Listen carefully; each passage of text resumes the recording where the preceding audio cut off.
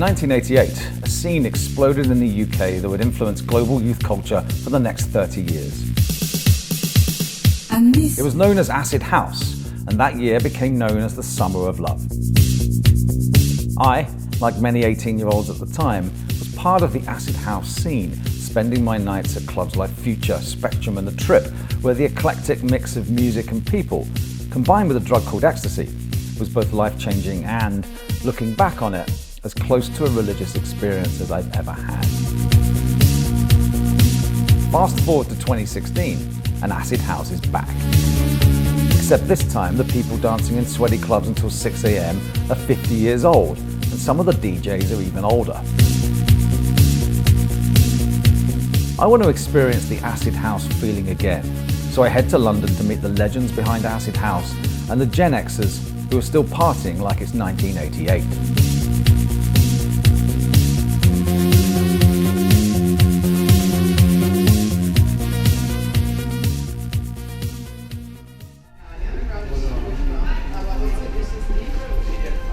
Throughout your journey, absolute power and complimentary Wi-Fi is available in every.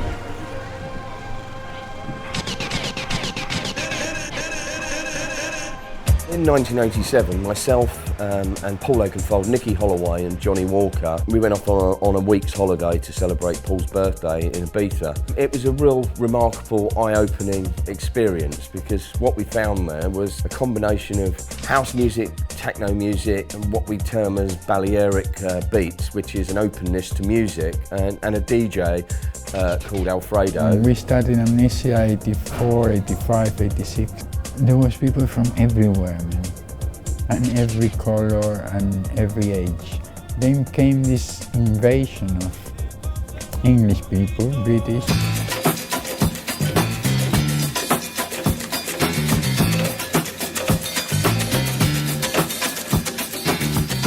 Amnesia was more of an underground club, but with you know, a very glamorous crowd at the same time. Now, Alfredo would start out with rock music, reggae, hip-hop, funk, Latin, real mixture, indie, rock, all kinds of music. It was a unique experience hearing that music played in the open air and also the combination of ecstasy as well. It would get going about 4 in the morning and then finish around 9 or midday. That year had become very friendly with people like Paul and Carl Cox and whatever, and Oakie was like, I'm taking this back to London. And the rest, they say, is history. Ian and myself put together a club called The Future, which was the first Balearic club. It was on a Thursday night, and the idea was that it was for people who were so-called in the know. Future was like an incredibly credible night. You know, you're out on a school night, you were breaking all the rules. And it became very popular very quickly. And the music there was based on a lot of the production and remixes I was doing for the Happy Mondays, Stone Roses, The Cure. What was it about that original Balearic scene that I think you you fell in had love the with? freedom to play what you wanted to. It's like, I used to play a lot of the Happy Mondays stuff as well.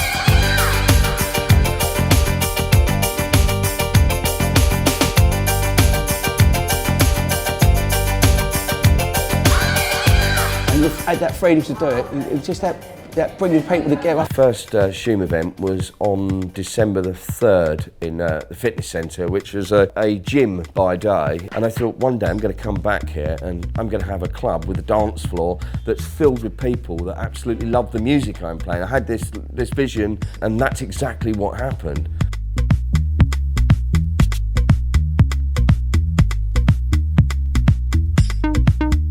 We did a Monday night in the much bigger room in the Heaven nightclub complex, which was Spectrum. And Spectrum was the biggest acid house club at that time. We started doing this fanzine and I was just cut and paste, and we'd write rubbish and cut bits out of magazines and stick them on and take them to a printer. It was a kind of cool little underground thing and people used to buy it. And then Ibiza come along and Paul Oakenfold, and he wrote this article and he said, right, print the article, but don't put my name because it's got drugs in it and I'm in the industry. The headline was Bermondsey goes Balearic, and I spelt Balearic wrong. I spelt it Balearic.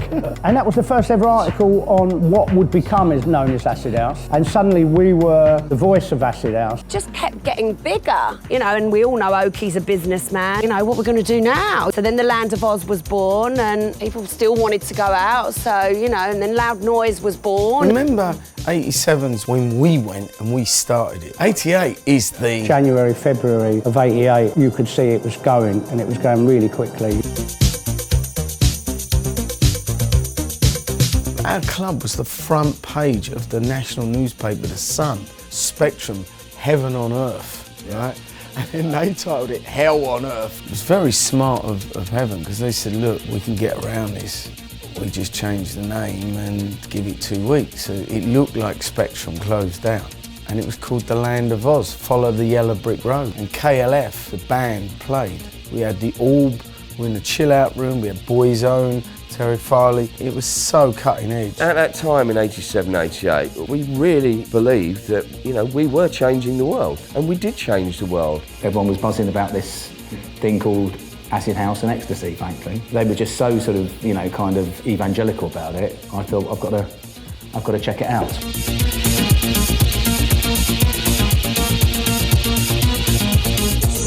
We were about having a great time as a community around music and expression and creativity and achievement. I'm sure people have asked you about Acid House and your role in it and how you were part of creating it, and you know, you're perceived to be a legendary DJ and founder of that scene. But we can go back to talk about that. Yeah, you are. Yeah. You are that. Sounded pregnant if you haven't done it. Everything just sort of crumbled away, you know. There was no racism, there was no misogyny, there was no class divide, there was no, you know, and I know it sounds like crazy utopianism and things, but for a few years there, it was a kind of Camelot, you know, everybody was just there for the music. I mean, I'm a woman, you know, I didn't have to put loads of makeup on. I didn't even wear a bra for 3 years. I was just there to hear the music the same as anybody else. We are children of the light, and our kingdom is the night. Never dared to ask the question. Now I found 1,000 more. We were mixing DJs. You know, the thought of a female DJ used to be a bunny girl handing a record to someone in Stringfellows. You know, female DJs. It was a social phenomenon, like punk was.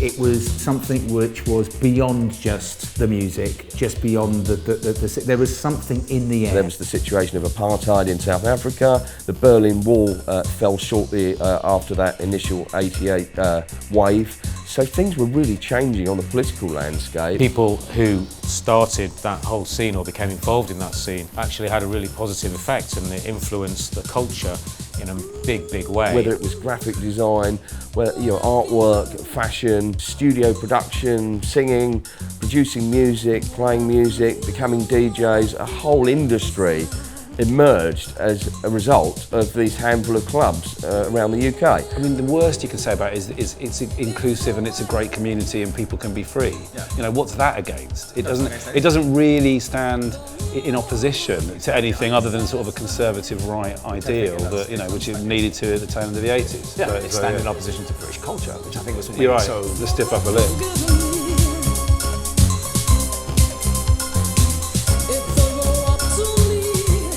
The catalyst was definitely groups of people coming back from Ibiza with a new soundtrack, but more importantly, a new drug. So the general idea was, you know, don't take this out. You won't be able to dance, your legs will be all wobbly, you want to sit down all night. And then suddenly these people come back from Ibiza go, no, you've got it all wrong.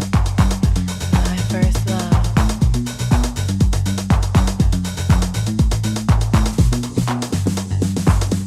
Ecstasy was the thing that opened up your mind and was like, wow. And all of a sudden, I had this whole new family of friends. I used to take drugs, but not ecstasies. Ecstasies was for rich people. I used to take mescaline, and mescaline was not so controllable. With ecstasy, you'd be in a situation where there'd be people where a few weeks before you'd be terrified of. They'd, like hooligans. Suddenly you were best mates on the dance floor.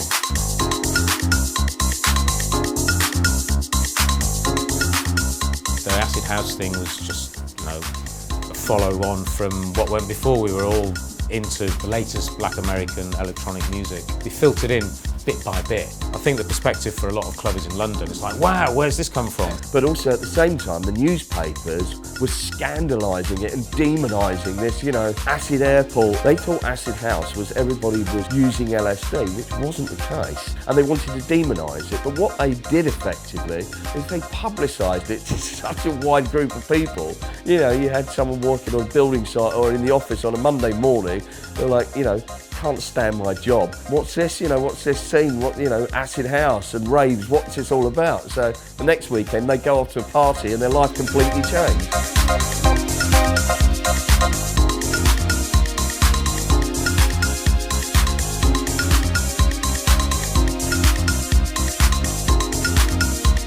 There's never been a whole movement of change, of club culture that's changed youth culture. This was the birth of electronic music as it's known today.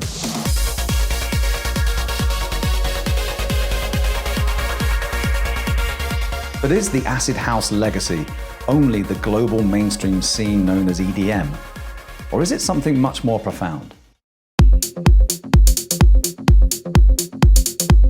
Something's happening here.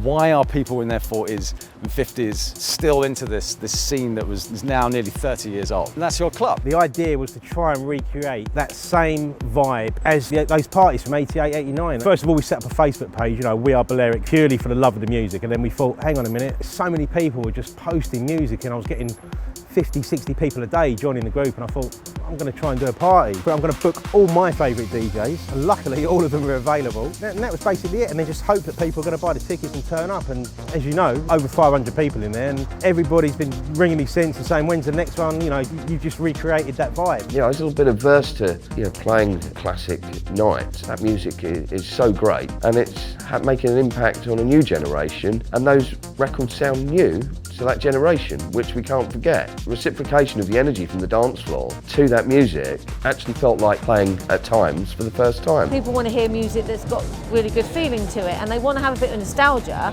but events like this are doing both. They've got that nostalgia, but they've also got then the current sound, which is also taken from the nostalgic sort of sound of you know, and all those samples that are very cleverly done, and people's emotions are connected with those times that they've had. I just think a lot of people have had children, kind of nailed their careers, they're in good positions. But ultimately what they love is what they always loved, which was the people that they were around, the energy that the people projected, the music that was absolutely prevalent. When you don't find that with that kind of energy and that kind of love that acid house brought, I don't think you ever really want to be anywhere else in respect of around what kind of people. We always say Leeds is the most Balearic town in Britain.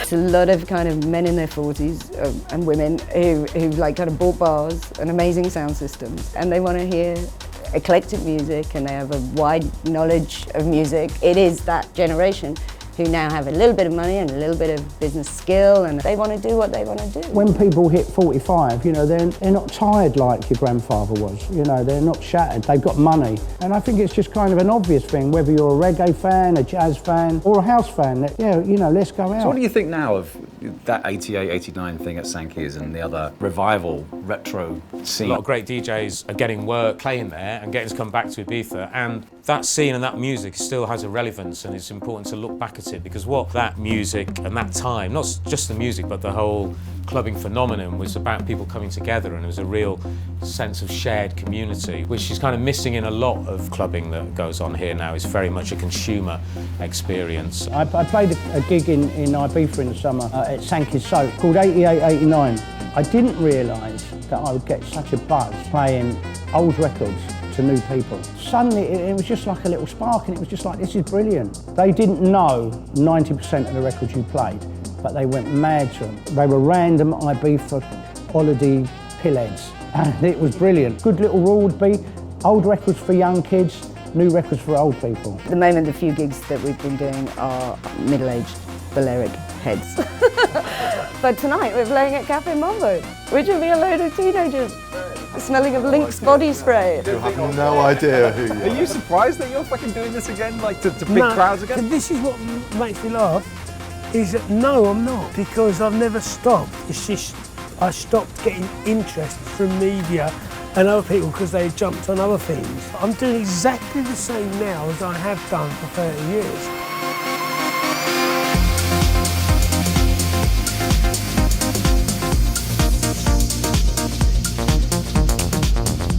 The whole kind of retro scene in England was driven by Facebook. Facebook has absolutely smashed it for our generation. I wasn't on it for ages, and then also Gary Gold put me on it. And then the next thing, I got this thing, pages like this coming up, you know. And it's been really good, you know, but especially you get the photographs come up, you get your timeline, there's old photographs come up. My profile pictures, it's actually amnesia. For me, there's nothing like a personal touch. I still have to go and meet my friends. I still have to go to a field and dance. I still have to hold a record. But this can speak to thousands of people, and we're all on the same page. Your set would tend to be kind of stuff from back in the day. Yeah. Not more of a kind of retro. Yeah, it will be, yeah, it's quite a lot of fun, yeah. Well, tonight is obviously, because it's sexy based, I'm going to start off with Peaches, the Stranglers, which is in the film. Still got it on 45.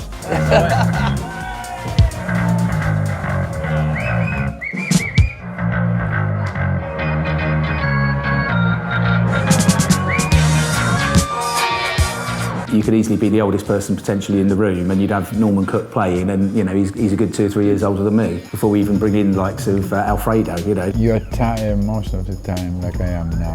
I don't have this responsibility to play every night. I do a club once a month. It's a Friday night, and the main set 3:30 till 5. You know, I have my dinner, I watch some telly, I go to bed and set the alarm for 1, and I drive into town. You have to manage yourself like that. You know, back in the day, I would have gone out, I'd have walked into that club at 3:30, falling all over the place, buzzing like a lunatic, give me drinks. Now, you just kind of concentrate on the job you've got to do. Split the parties up, you don't do it too often, so then you build to build. So people miss your DJing. You do the week in and week out, and it just doesn't gel that way. So you play a couple of times a month, roughly? Because it takes too long to get over. Oh, really? Tomorrow night I play in Austin, Texas, in a small club, only holds about 1,000 people. I'll play 3 hours and I'll play pure underground. I'm excited to play. I played at Acid Future, which was great because it combined the original roots of the scene, the new music that's being produced that takes elements from the original Acid House records and are now presented in a modern way, and fuse those DJs together. Yeah, and I played on that party in a room, there was 3,000 people in the room. The atmosphere that was in this event was just like, you know, going back to 88, 89.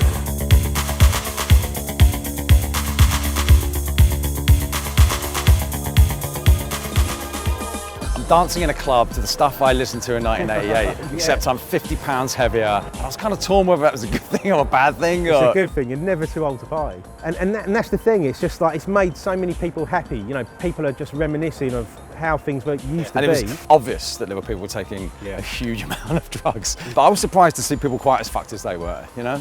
Yeah, I mean, I don't think it's as much as it was, obviously, back in the day. I mean, it was a new thing, you know, back in 88, 89. It's part of it, right? Yeah, it's part of the scene. People do it. I mean, and it's, you know, you can argue that alcohol's a lot worse. You know, you don't get the violence, that's for sure. You know, there's plenty of people out there that have still got quite extraordinary stamina for this. Are they still taking as much drugs as they did in 1988? They're not necessarily as consistently. It might only be a once or twice a year sort of splurge. I think some of them don't hold back.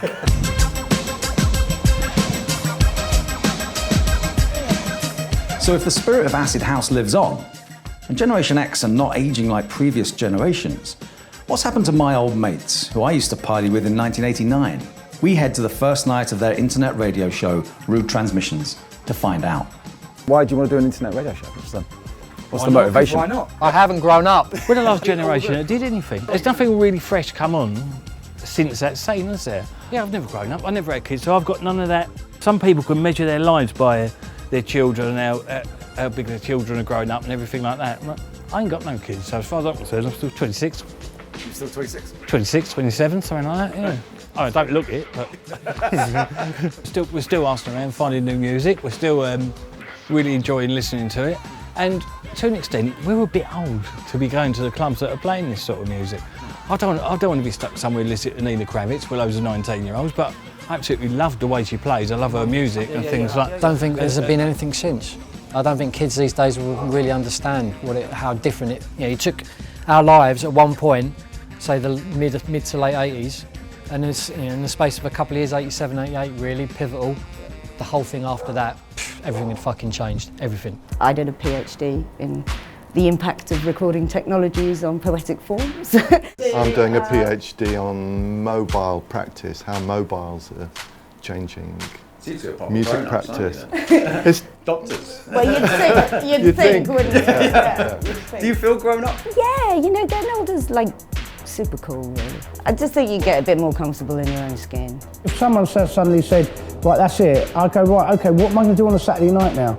You know, I'd have a couple of nice nights at the cinema, and then I'd go, I'm bored shitless now.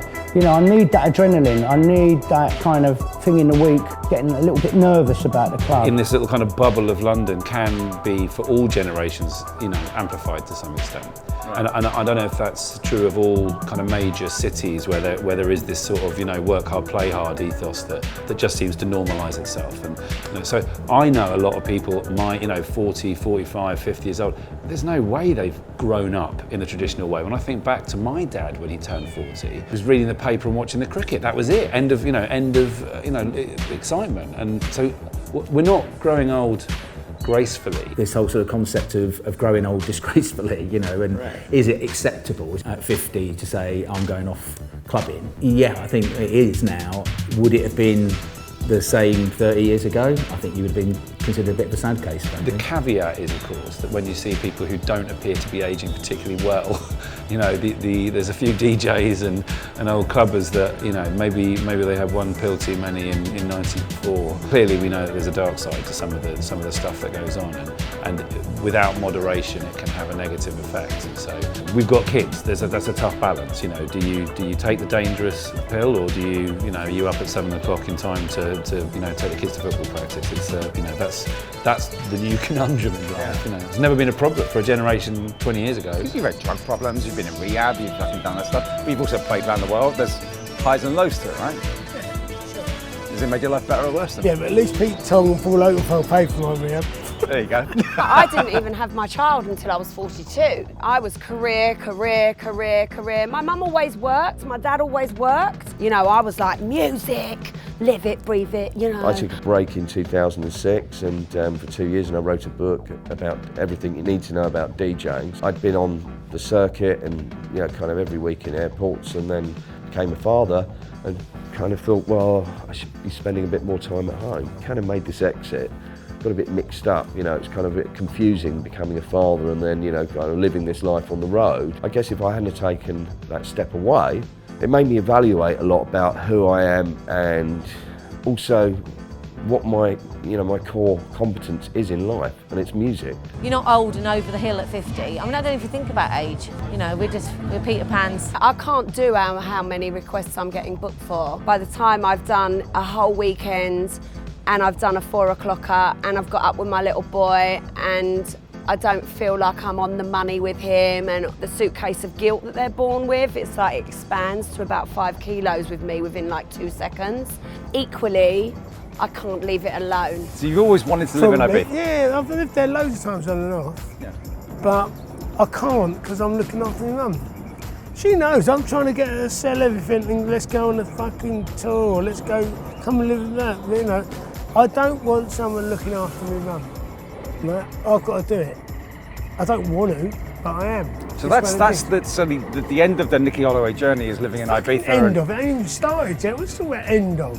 I'm going to start up a retirement home for DJs in Ibiza. What would your retirement home for DJs be like? You know, remember that film? It'd be like that. So if you had to sum up the acid effect in 3 words, what would it be? Absolutely fucking amazing. It's that sort of little Camelot, that little golden place where there was all of those barriers and all of those prejudice and everything that, you know, constricts society and makes it miserable. You know, just for a little while there, they were gone. And so you hold that in your heart and in your head forever, you know, and you can never forget it. Because it wasn't like it just happened once for a weekend. It happened for like maybe 2 or 3 years. And basically made us big old hippies. Not coincidence that football hooliganism sort of ended around the same time as Acid House happened. You were supposed to love your fellow man, not beat the shit out of them because they supported another football team. But the effect of it, we're still seeing today. And it's great, and it's next year that's going to multiply, and the year after. Acid House isn't Acid House Records. Acid House isn't a scene. Acid House is that feeling of drum machines, drugs, mass participation of everyone on one level, one buzz. It's a community of people who maybe they don't even know they're in that community. You're part of something, you belong, you know? It's something truly magical, it really is. It took away a lot of barriers, a lot of prejudice, a lot of barriers between people, and I think anyone who is involved in that scene will carry that with them. As you know, I spent 10 years working in diversity and equality, and I don't think I would ever have got into that kind of scene had it not been for putting me in a situation with Acid House, Balearic. Everybody's all right, really. You're either an arse or you're all right, and all those other little bits and pieces don't matter. I think that the Acid House effect was like the Beatles. It was the biggest music phenomenon that ever happened since that. Love, music, peace, fun, and an enormous roller coaster ride of a life. I think it really took a generation and it just threw the whole thing on its head. And then it kind of landed down, and some people went off in that way, and some people went off in that way, and other people didn't do anything, and some people didn't come back from it. A smiley face, a smiley emoticon it's everywhere. It's from just 250 people going down, scoring tabs down San Antonio has suddenly become a global thing by accident. I wasn't thinking, am I going to be here in 30 years' time playing music, but I'm glad I'm here, I'm glad I'm alive, and I'm very, very glad that I'm still playing music and will continue to do that. How did that experience change you? It made me, and I think that moment in Ibiza and coming back to England was that moment where I went, okay, this is the moment now. I'm ready for it, I understand it, I want it, and I'm gonna work very hard for it. So, we're the first generation to mature in a world where youth is a constant, a state of mind that anyone and everyone can adopt. No one laughs at old DJs or mocks artists in their 40s and 50s or even 60s. Everyone is welcome in the broad, progressive church of youth. And that's Generation X's legacy. That's our gift to future generations who won't have a midlife crisis, who won't have to get married young or work in a corporation. We took youth culture and made it global culture. We took a movement and a moment and we made it the norm. Fuck getting old.